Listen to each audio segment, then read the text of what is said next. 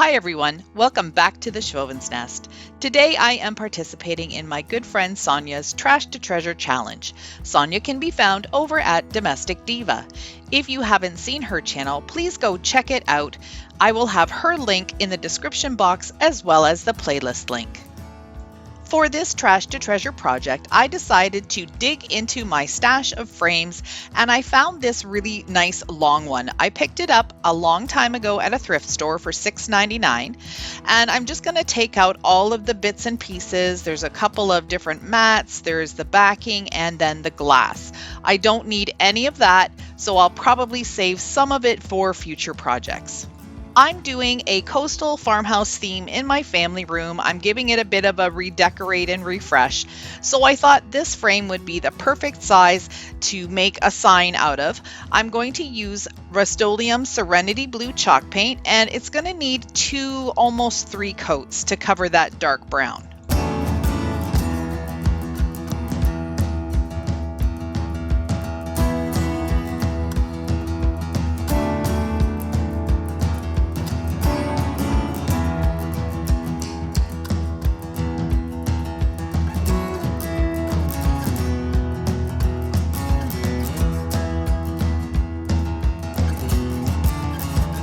The last time I was at the Home Depot, I picked up a couple packages of these professional contractor shims.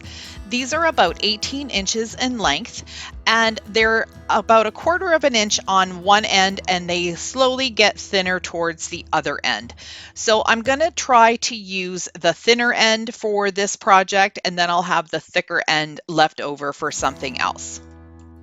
I'm going to do an 8-inch piece, which will cover the opening of the frame really well, up and down, not lengthways, but the shorter distance of 8 inches.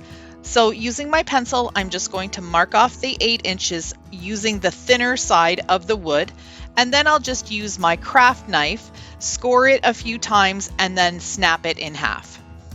I also ended up flipping over the piece of wood and scoring it on the other side as well. That just made it much easier to snap.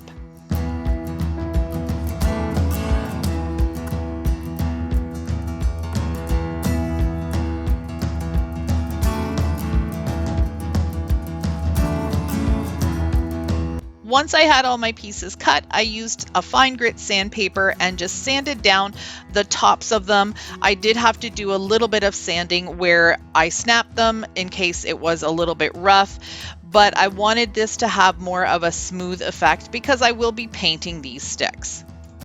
Using linen white Rust-Oleum chalk paint, I'm going to give the sticks just 1 coat. I don't mind if there's a little bit of wood showing through, but I'm going to make sure to get the side edges because you might be able to see a little bit of wood peeking through.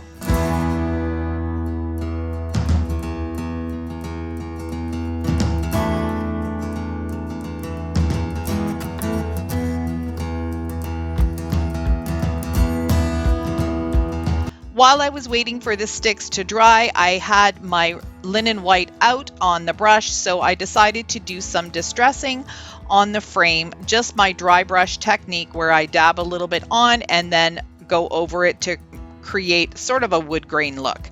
It turned out pretty good.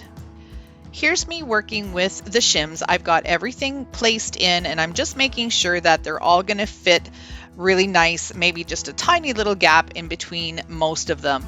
Then I'm just going to use my hot glue gun and I'm going to start at one end and just glue them down.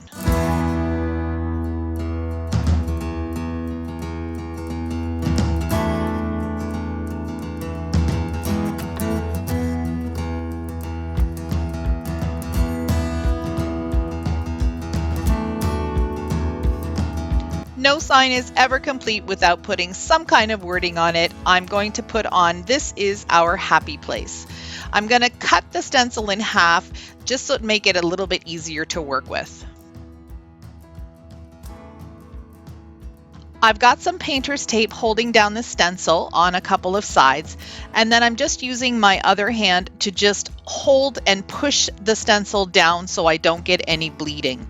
I'm using my dollar store stencil brush and country gray Rust-Oleum chalk paint.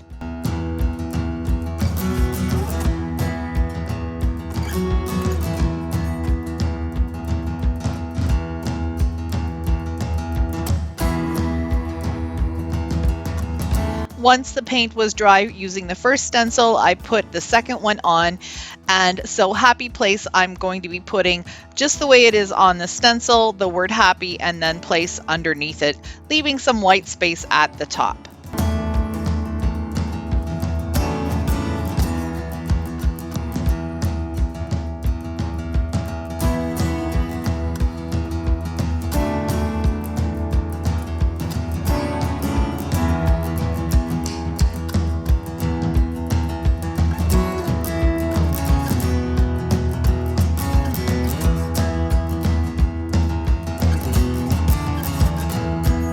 I'd like to thank Sonja for hosting this challenge. I had a great time working on my sign.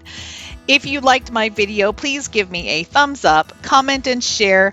Don't forget to hit that red subscribe button and the bell to get notified when I upload new content.